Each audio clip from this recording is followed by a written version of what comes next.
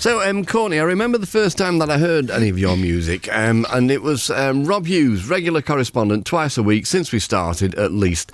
And he came in, and he was an Americana spot, so technically not exactly right, but he used to play Americana from Sweden, so he made his own rules up, really. But it was avant-garde, and it was patently obvious that things were going to happen for you. But were you surprised by the rapid kind of nature of your rise? Yeah, I guess so. I mean, it's always a nice surprise when anyone connects with your music. So it's, it was a surprise. And I guess I've been playing music for so long and trying to be noticed for so long. So it was probably a nice thing. Yeah, I know it's not an overnight thing, but it's just like once it happens and then it really flies. That's my point, really. I mean, were you prepared for that? No, I don't think so. I don't know. I don't know how you would be prepared, really.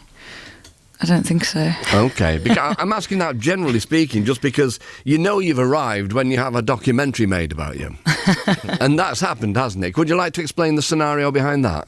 Yeah, so my friend Danny Cohen, he started out as a photographer, actually, and he did a couple of photos of me, and then he did a few video clips for me, and then he, became more of a film director, and I asked him to come on the road with us when we put out the second to last album, Tell Me How You Really Feel. Yeah. And he, so he kind of jumped on and off the tour and was filming bits and pieces, and we didn't really have an idea of what we were doing, but I just thought it would be nice to capture some stuff, and it turned into the documentary that he made. Okay, I mean, I've seen the trailer, I've not seen the documentary itself, so I hope to remedy that. And of course, there's a trust there already, which is very important in that scenario. But it's very easy, of course, if you're feeling a bit flat or, not really up for it, and you're out on tour, the musician thing is to be able to turn it on for an hour, 2 hours, and then go back to however you're feeling and dealing what you're dealing with. But being followed all the time by a documentary crew or a filmmaker, was he given that kind of carte blanche? Because I've not seen it. Is it very candid? Does it catch all of your kind of moods?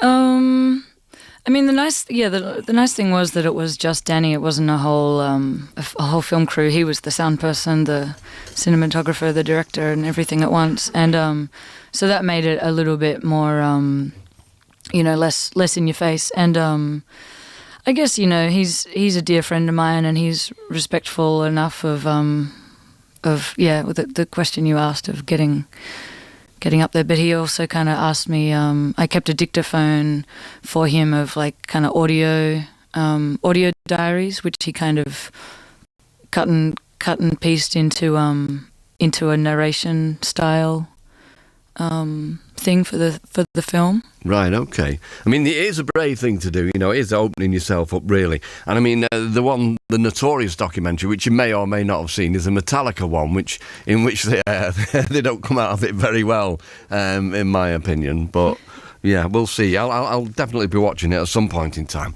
And so, Caitlin Bond is a mate of ours. We go back an awful long way, and she's worked with you in the past as well. How did that relationship come about? I love Kate. I'm pretty sure I met Kate through Stella Mosgower from Warpaint, who also worked on my new album. And yeah, I feel like, and then we ran into each other a couple of times. We saw her at Rough Trade in London that time, and that was years ago. And then we've just kind of become close friends. Okay, so I mean, what other kindred spirits are out there? What other bands are you listening to at the moment? At the moment, God, I've been listening to not much music and more podcasts. Right, okay. And like rain noises to go to sleep. I'm not the best person to ask this. Okay, you could say Big Joni, because I know you're a fan of Big Joni, and Joni, yes. They're opening for you. I helped you out there, do you know? Okay, and so the album was actually kind of recorded during lockdown and pandemic, and as a result had the restraints and the constraints of that kind of period.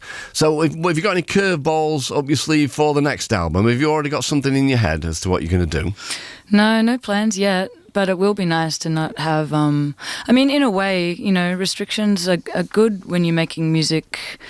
I think, in a sense, to kind of to keep you on your toes and to keep you kind of experimenting in different ways. But it will be nice to not have like lockdowns and 2 people in a room kind of rules and all that kind of stuff. Yeah.